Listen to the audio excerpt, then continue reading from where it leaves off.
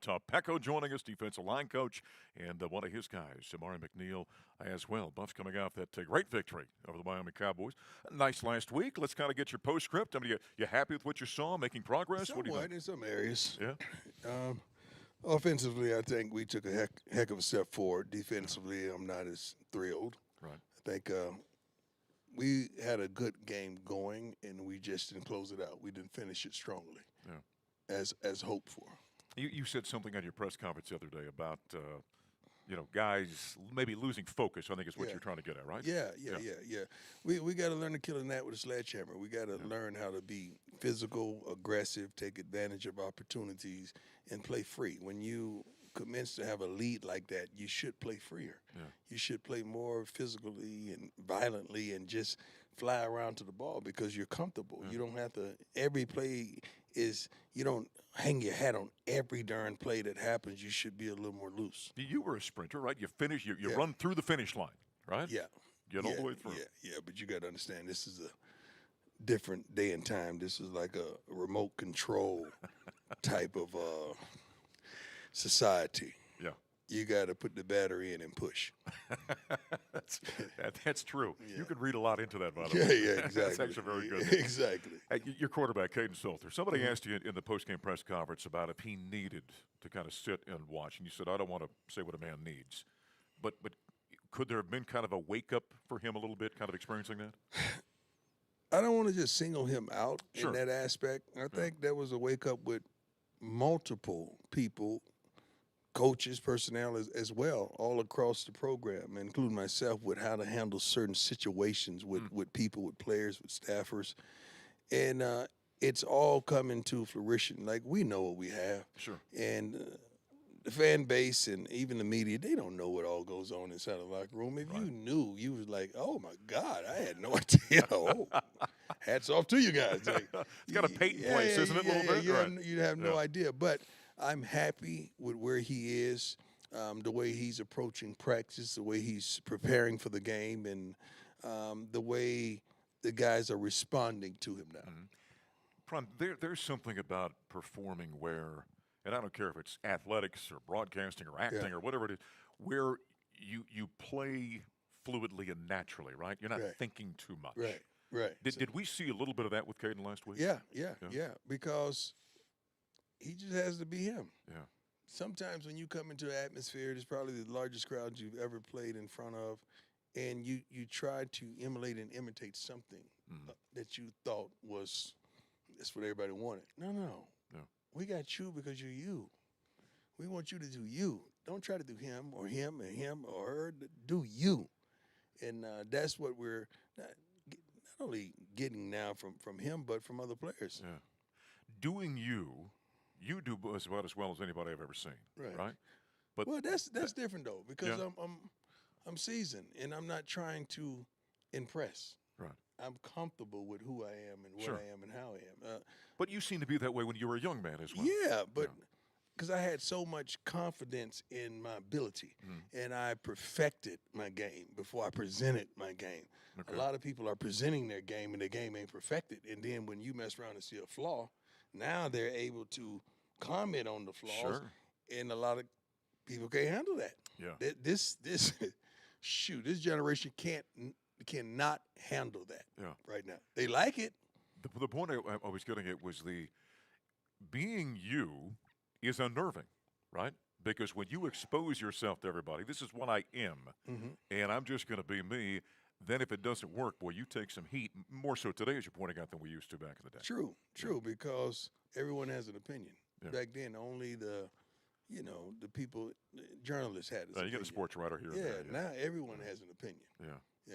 So it's not easy for a young man to maybe do that. Is that part of the psychological aspect of being coaches Yes. to kind of coax that out of these guys? It is. It truly is. You're not just a coach. You're the psych guy. You're the mental health person. You wear so many hats, and it's not just a coaching hat. You wear several different hats. But the key ingredient in all of this is you got to know your players. Yeah. Because you can yell at that guy. You can't yell at that guy. Right. He's done. You yell at him, he's done. You can encourage that guy, but you can't motivate that guy too much because he's different. it's you just got to get to learn all of them, and hopefully you elevate them to be the best that they could possibly be. What we saw last week offensively, how much was what we're talking about here with Caden being who he is? It was no new plays. That's what I was going to ask you. It was no new nothing. Right. It is what it was. Yeah. And it's been the same. So that's why I was in the press conference saying, well, why ain't nobody talking about Pat this week?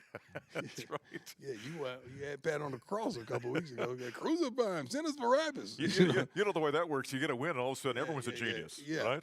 Yeah, so we just got to execute. When everyone does their jobs, not just one guy, when everyone does their job, life is much better. I was on a show this morning. The guy was asking about that kind of thing, and I said, well, to me, I said, in just my eye of watching this over the years, Caden looked like he was just playing. He was being himself. Right. And number two, guys blocked up front. Number three, receivers didn't drop balls. Everyone did their part. Did their jobs. And that's part of the accountability that we've been preaching and professing and showing different illustrations of the accountability. So what did you say? You got these guys after the game the next time in this room. What was the message to them? Say that once again. You got the guys in this room, after the contest, the next time you got together, whether it was Sunday or Monday. What was the message to those guys? And instead of pointing out the lowlights, we uplifted the highlights. We showed plays that you were successful in. All week long they see after practice what they didn't do the next day in front of the whole team. So you got to live up to that. You got to be accountable for that. But you want to show their good as well. Yeah, you want to show that so you can lift them up and let them see, no, he's not only doing bad, he's doing good in some areas. Now, where's the disconnect?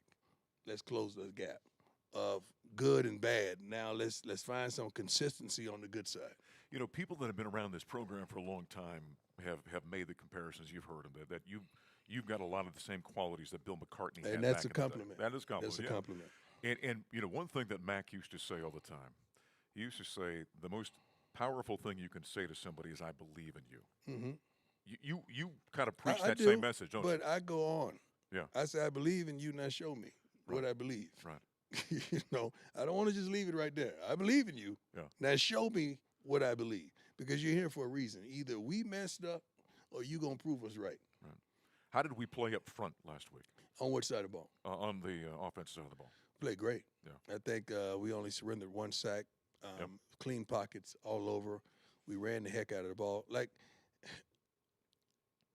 the running game is skewed because, like, the two times that we've given up a tremendous amount of yards, you got to account for the quarterback too. Mm-hmm. People forgot that it's not just the running back, it's the quarterback. Yeah. So now when we got the running back to get going, what did their running game look like last week? Yeah.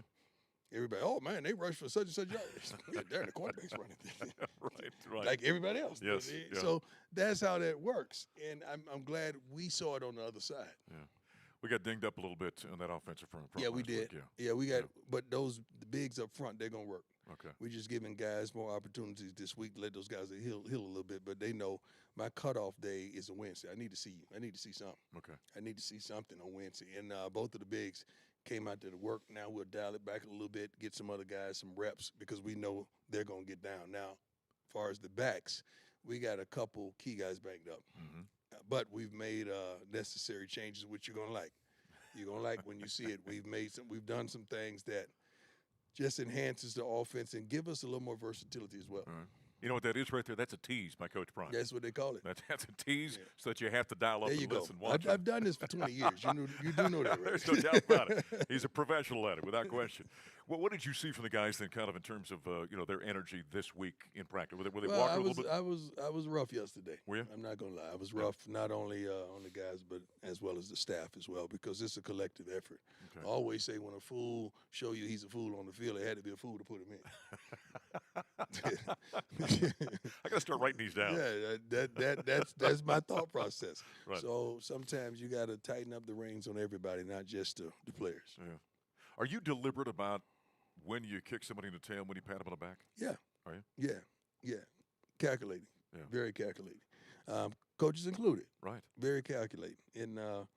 And they understand, though, I kick myself first because I'm mad at me because I had to let that go in order for you to let that go, for that nonsense to go on. So sometimes I have to dial it back and make sure. Like I told the guys before we went out on the playing field last week, I said, I'm going to coach my butt off. Okay. I'm going to out-coach my opponent. Right. What are you going to do? Because I'm going to win my battle. So that's the idea that the buck stops here. That's right. You would tend to you first, and Yep. then that's right. it goes. I got to be accountable, just like I'm asking them for accountability. I got to be accountable as well.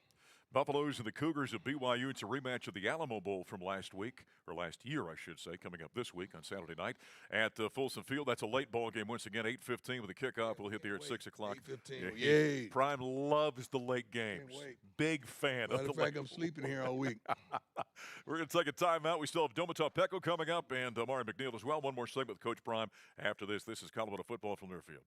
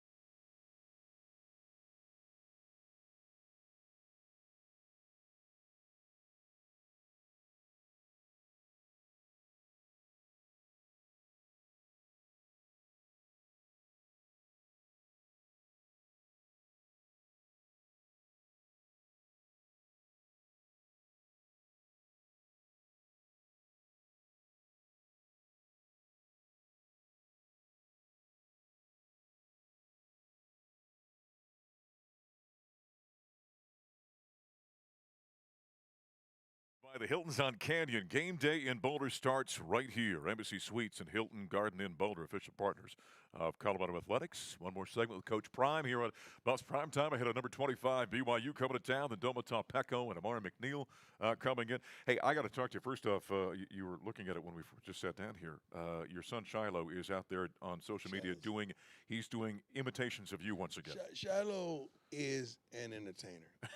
You talk about, if I close my eyes and had to pick a kid that's going to make it out of my five, right? Shiloh's going to make it. Well, you talked about him being an actor. That's who he is. Yeah. He also had a workout with the 49ers this past week. Nice. I say, son, just a random question. When the last time you've run? And what was his answer? I've been working out. I know you like a book, son.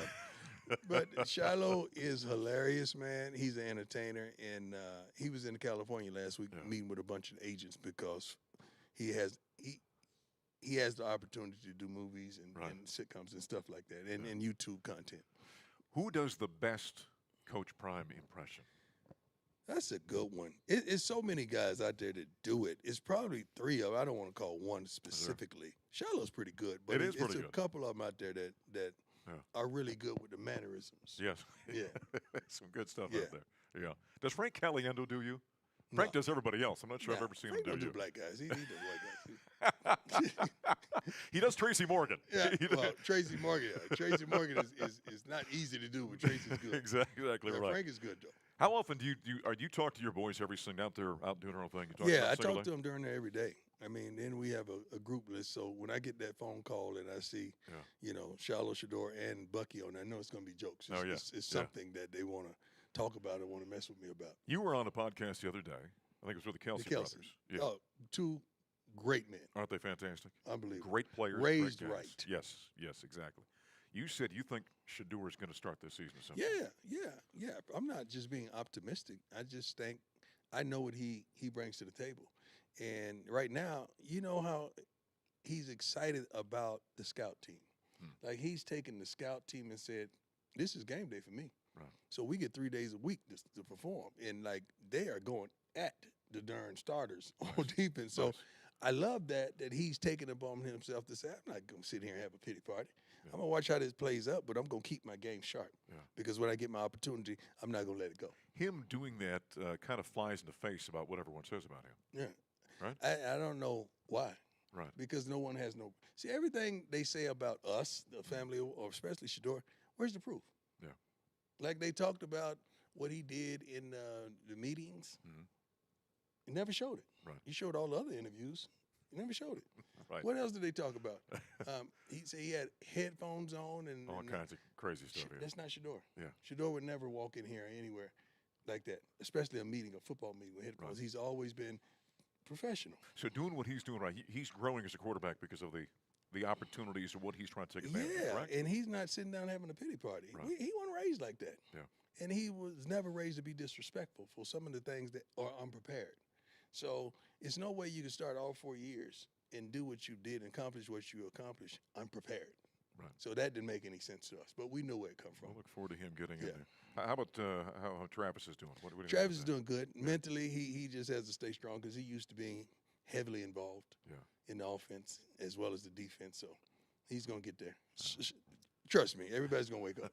Yeah, I don't doubt that. I said many times I won't bet against either of those two guys. There you go. Hey, before we start talking about BYU, what did you think about Ralphie running last week? That's a high-level recruit there, Coach. Huh? I feel bad for the Ralphie that got in the portal. Let's just get straight. Let's get that straight. I want to get that out. Right. I feel bad that Ralphie got in the portal. And usually when people get in the portal, I'm cool. Right. I felt bad, but I see what we got. Yes. In return. The new Ralphie ain't no joke. I mean, it was unbelievable. See, I've been from my balcony watching the practices. Yeah. And they've been on point. I was afraid for the Ralphie handlers because new Ralphie got out that thing like a young, hungry, like a freshman Ralphie, you know? I think Prime would say Ralphie's a dog. Ralphie's a dog. Yeah. Ralphie has the D. Yeah, That's right. It's a D on his chest, on her chest. Yeah. But Ralphie, that didn't sound well. No. I'm sorry, I apologize. D on the chest. You got it now. That's it. I hit me. Yeah. Everybody got that. I'm sorry. That didn't sound right. Now you know it's a good Ralphie when the handlers are dragging behind, hanging out on the lead ropes. Yeah, but I'm happy. I'm excited. I'm elated. Without question. Yeah. Good stuff. Ralphie and the handlers are doing a great job. Yep. All right. Number 25, BYU. We saw them in the Alamo Bowl, different teams, different time, all these kind of things. But start giving us some thoughts on BYU. First of all, the average age, I think, is 22, 23, something like that. You can't underestimate what that means. Mm-hmm. These are grown men that has responsibilities.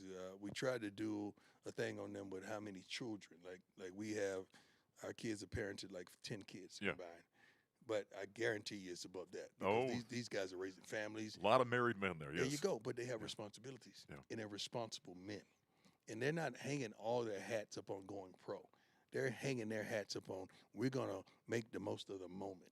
And that comes from their head coach, which I adore. One of the best in the game, a good man, a You've raved about man. him, by the way. Yeah, because I love his spirit. You know, we sat beside each other a couple years ago in the Big 12 meetings, and we got to know each other.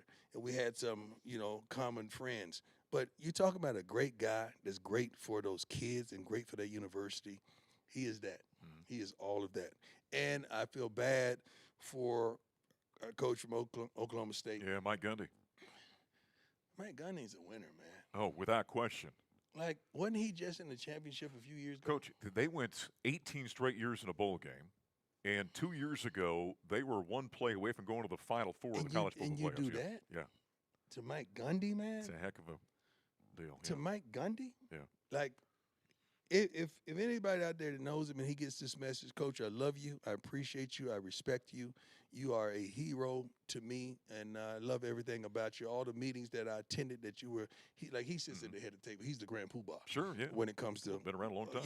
So he's the guy that gives us direction and correction. And I love him. So I don't know what he's going to do from here on, but that guy, I would love to just pick his brain and learn from him because he's a winner. You know the problem I love about him, and it's a rarity in today's day and age, like you, he's authentic. Yeah. He's always been who he is. And he ain't playing about it. That's right. He's not apologetic. He's not unapologetic about it. And, the stuff with, you can't expect the man to win out like he's been winning when the game has changed, and it takes finances now to win. It just don't take good coaching now. That's exactly right. It takes good coaching and finances. Yeah. There's been a rumor floating around, and you can confirm or deny this, that out of solidarity with Mike Gundy, because he was famous for his mullet, that the rest of the coaches were going to grow one out the rest of the season. I wish to God that was true. I wish to God that rumor was true. That means I would be growing hair like yours. That's right. I wish to God that was true. I want that to be true. Somebody, because AI does everything. There was a little deal the other day, and you were one of the 4 coaches that they had put a mullet on. I want to see me If I can find it, I'm going to get it to you. Please. We call that in the African-American part of this. Right. We call that a shag. A shag, okay. Yes, all right, yeah. But yeah. you had the cowboy hat on, and the mullet was hanging off the back. So I will find that and make sure. I would love to see that. that. It was actually very, very funny. Yeah. But this is a big ball game. From a physicality standpoint, that's one thing we saw with BYU last year. That's a very physical football team. We got to be fast and physical. Yeah. We got to start off fast, play fast, and play physical. Like, athletically, I don't think anybody in the conference can touch us athletically. Right. But we got to play fast and physical and pretty much penalty-free because they're not going to make a lot of mistakes to beat themselves. Do you look at and I'll ask this knowing what your answer is going to be, I'm going to ask you anyway. Do you look at certain games and go, this is a great litmus test, or is this the next opponent you play? No, next opponent. Right. Yeah, I ain't no test. Yeah. I ain't like tests when I was in school. I don't like them now. Like this. Because every game is different. Right. And they start off different, and you're forced to do different things because of the way they start. I mean, just like when we eclipsed the lead, we slowed things down. We wanted to hit the clock a little bit. We wanted to take some air out of it, cut the game down a little bit, and we're probably going to do the same thing if the game presents itself that way. But every game is different. So, yeah. What is the next step for your team then? Last week, okay, you saw Caden played better. Guys played better. We had energy. Consistency? We tired of flashes. Yeah. We tired of this guy flashing, that guy flashing, this guy flashing, that guy flashing. We want to know. Let me give you an example. Our punter. What are you going to get from him? He's been outstanding. Okay. Consistency. Mata. What are you going to get from him? Consistency. Yeah. Buck. What you going to get from him? Consistency. Yes. That's what we want. Right. We don't just want that from the specialists. We want Right. that from every position. And until we get that from every position, you could just cancel your hopes. Yeah. We got to get that type of consistency. Those are three men that I've personally made leaders and dogs. Ain't no more. Just those three. Ain't no more on the team.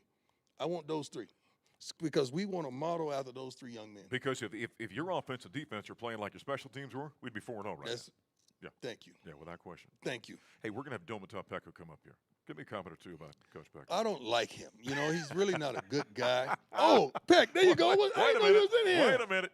Have you looked at how big he is? I wouldn't be saying that to him. Something. You talking about a guy who works his butt off, whose attention to detail, a commitment to excellence, and he coaches how he played the game. Yeah. And any of his guys could go up there, he's going to give them a wealth of knowledge, and all they got to do is shut up and listen. Right.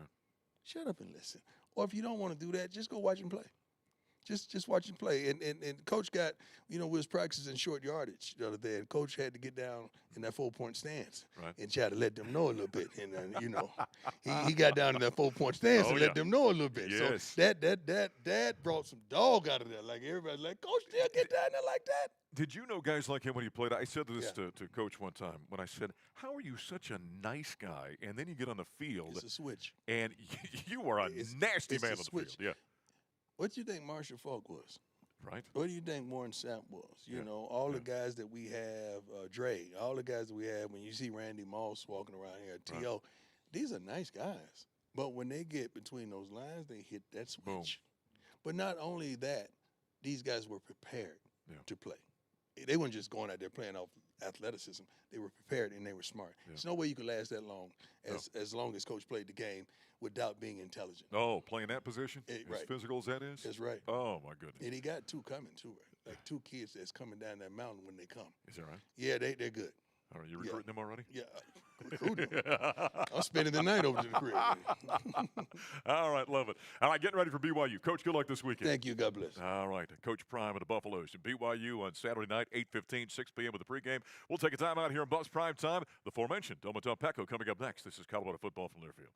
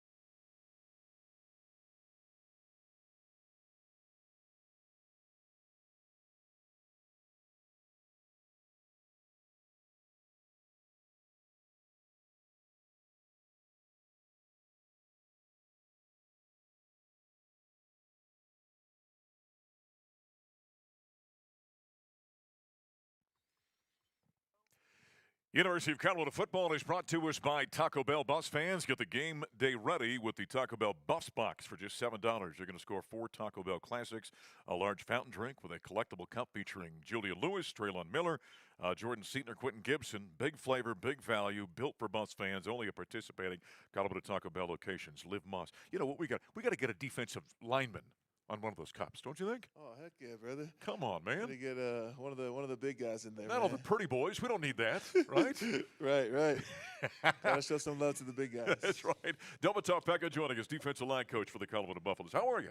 Hey, good to see you, Mark. Yeah. Doing good, man. Yeah. Doing good, man. Glad that we got back on track, you know what I mean, last week Yep. versus Wyoming. So good to get to 2-2, back to even. And another big opportunity ahead of us, you know, with the Big 12 game here against BYU. Yeah, without question. Someone we have a chip on our shoulder from last year. Right. And That's right. excited to go out there Saturday night and get this dub, man.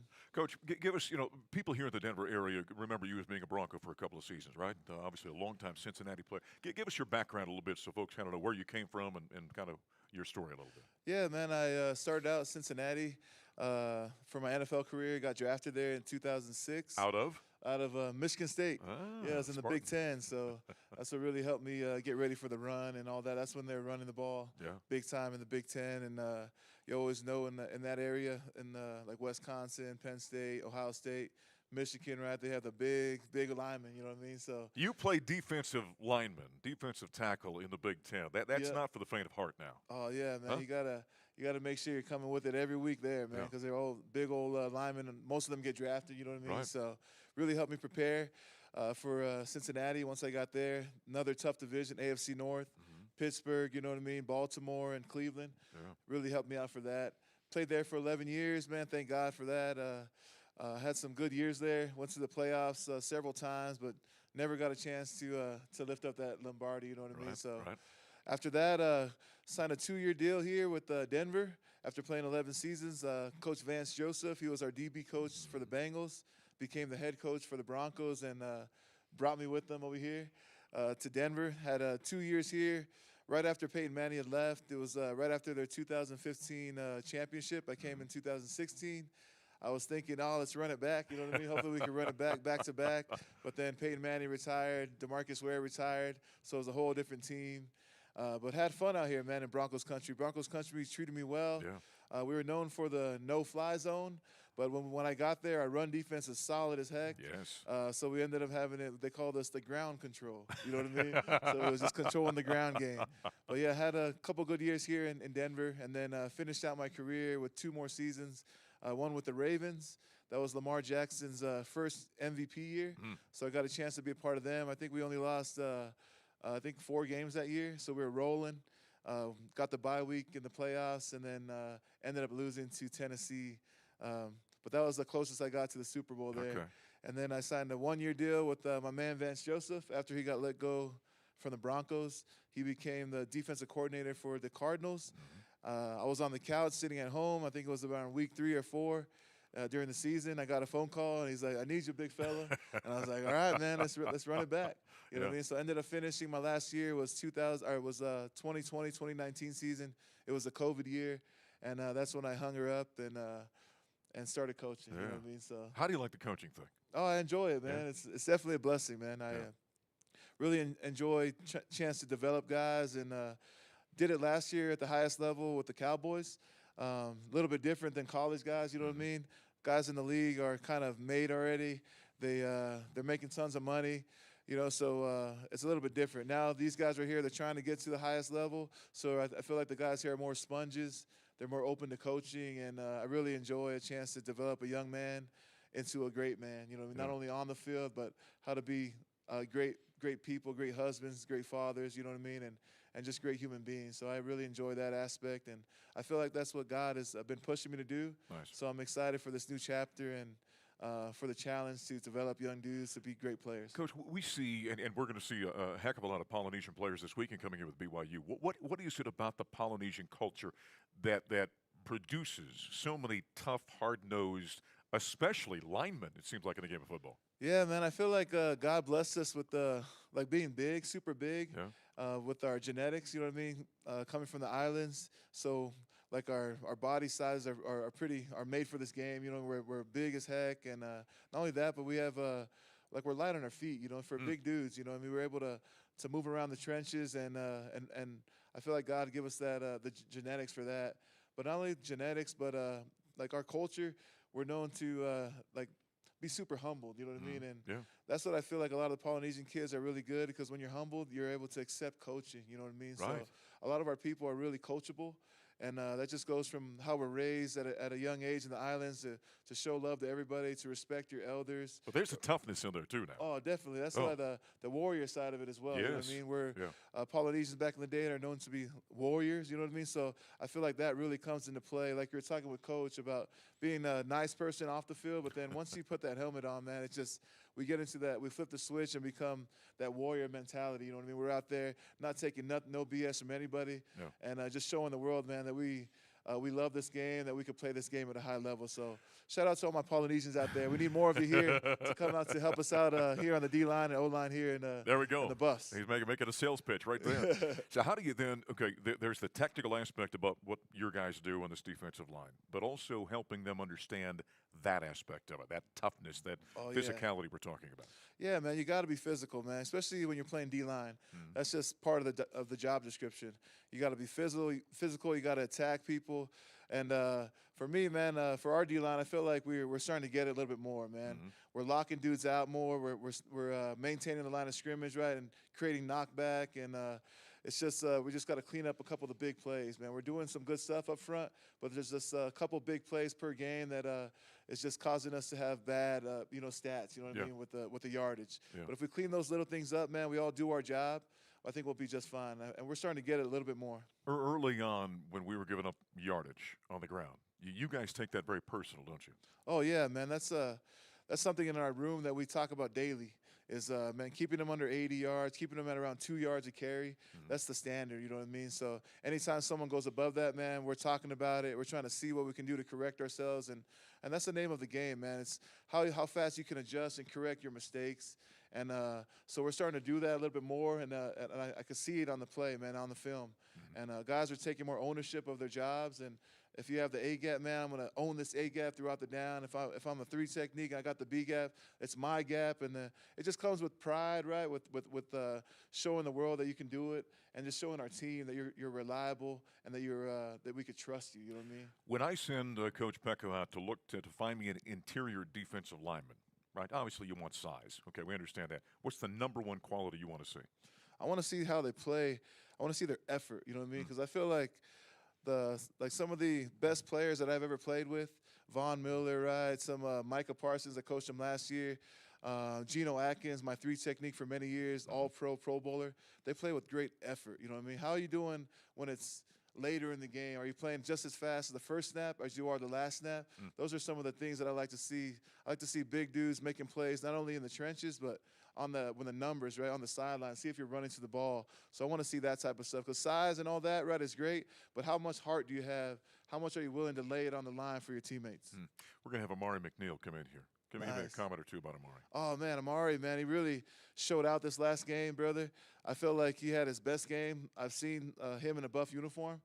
He was all over the field. He's playing with great effort, playing with great knock-em-back and technique, and it just really was a blessing to see him step up when we needed him. You know, when BDS got hurt, that's the name of the game, Next Man Up. Yeah. He showed up, and he talked about, I saw his interview after the game. He said, my guys needed me, and I showed up for them. There And you that's the type of teammate you want, and I'm really proud of him, and I feel like he's just scratching the surface, and he can take off even more. If he plays like that, man, they're definitely going to be calling his name in the draft if he continues to play like that. You talked about the way he played with energy last week, and I'll tell you this. Coach Barnett and I saw it early on. Our entire defensive unit was playing like their hair was on fire last week. And you have to have that attitude on that side of the ball, don't you? Yes, sir, brother. Especially, you know what I mean, how we started kind of slow this year defensively. So it's really good to see the guys, man, go out there and play for one another. And that's one of the things, that was one of the messages last week was, hey, let's play together, you know what I mean? Yeah. And let's play for one another. And I feel like our defense is starting to do that. And when we do that, man, we're going to be a tough team to beat. All right, BYU, last 60 seconds or so. That offensive front that you're going to face coming up on Saturday night. Give us a comment or two about that. Yeah, they're a big group up front. They got a couple Polynesians up front as well. Mhm.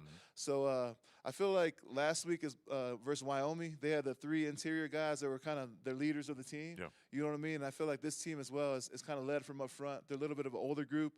And but I feel like we have great matchups, man. Our D tackles and our defensive ends, I feel like we match up really well with them. So it's definitely going to be a tough battle, but we're ready to answer the call. They got a young quarterback, a true freshman, so we want to hit him early. We want to hit him often, make him feel us, and then the running backs are pretty unique as well.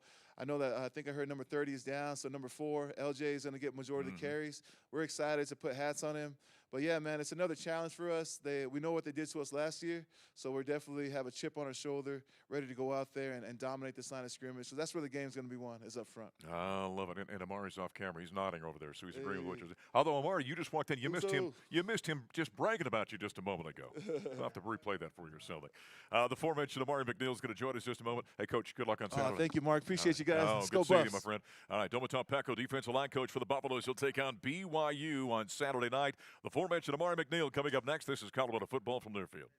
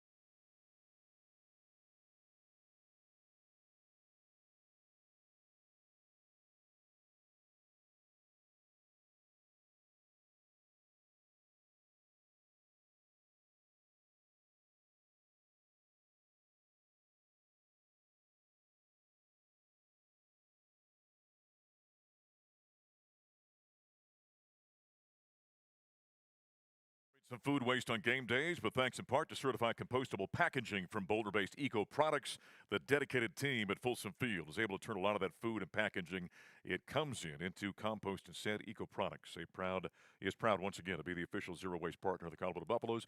One final segment here on Buzz Prime Time. Voice of the boss, Mark Johnson. Amari McNeil joining us, number 88 for the Buffaloes. Nice game last week, huh? Yeah, thank you. Yeah. When Coach Ballin'. Peko was sitting there, he said, the guy in front of you went down. You said, that's exactly what it's about. You went out there, played for your teammates, stepped up, had a good ball game. The defense played well. You guys feel good about the way you played last week? We feel like we could have ended the game off a little bit better, getting more consistent stops. But how we started the game, for sure, it held us through the game, and we were able to finish on a good note. So, that's one thing Prime's been talking about running through the finish line. Finish to keep your foot on the gas, right, the whole time? Yes, sir. Do what you want to do? Yes, sir, the whole time. Yeah. How do you like playing for Domata, Peko? I mean, you got three coaches. You got Coach Sapp there as well. That's kind of an interesting deal. How is that from a player standpoint? You got three different voices. It's fun to be around because they all bring different types of energy. It's also great to be around, just learning different stuff from NFL greats. So I just try to soak everything in that they tell me. No wrong answer, just trying to soak everything in because it's just we're learning right now. I just feel like I'm in school, just playing ball at school. Playing a defensive interior position like you do, man, that takes some toughness, doesn't it? Yes, it does. That's not for the faint of heart in there, right? That's bone on bone being played all the time, huh? Tough and grit for sure. Every day, even in practice. without question. Give us your background. You're from Georgia. Yes. You went to Tennessee for a couple of years. What kind of tell us about your family, brothers and sisters, moms and dads, whatever? Give us your background. I got a sister, older sister. She's 3 years older than me. She taught me a lot, just how to really go about my life and take on like real business and be serious when I got to and stuff like that. And then I stay with both my parents when I go home. So my parents did a lot for me growing up, made sure I could do everything sports-wise if my grades were right. So, there you go. Yes, I stayed in sports if my grades were right, but if I didn't have good grades, my mom pulled me out as soon as possible. So my mom taught me a lot, just making sure schoolwork comes first because I'm a student athlete. So just always stayed on my butt. But I'm from Norcross, Georgia, grew up in Gwinnett, and that's where I've been my whole life before I came out here and before I went to Tennessee. So I just been a Southern boy, and then, I'm growing into not West Coast guy, but I kind of call it Midwest. I'm loving it out here. I like it. Fantastic. I'm growing into we were just talking guy. before we came back on the air about it's not nearly as hot and humid here, right? Not at all. Kinda nice. Not at all. Where does the size come from? I mean, as big as you are, 300-pound guy, where does that come from? My family, uncles, my dad, A lot of athletes in your family? a lot of athletes. A lot of athletes, Were they all football players or not? Not all. My dad played football. My uncle played basketball. Got cousins that play football and basketball. But I'm the biggest out of all my cousins. Are you really? Okay. Yeah, I'm the biggest one. Yeah. So when you were a kid, what did you think? You thought to yourself, okay, when Amari gets big, he's going to be – did you always think football or were you thinking basketball, baseball, anything else? Always football after I got past 8th grade. Yes. Fantastic. Give us a quick thought about this game coming up on Saturday. Oh, very excited. Very excited because I also missed this game last year. So I'm just excited to be able to face these guys, and it's a great matchup for us, especially coming off the win last week. So, love it. This guy played fantastic last week. Good luck on Saturday. All right. Amari McNeil and the Buffaloes will take on BYU on Saturday night.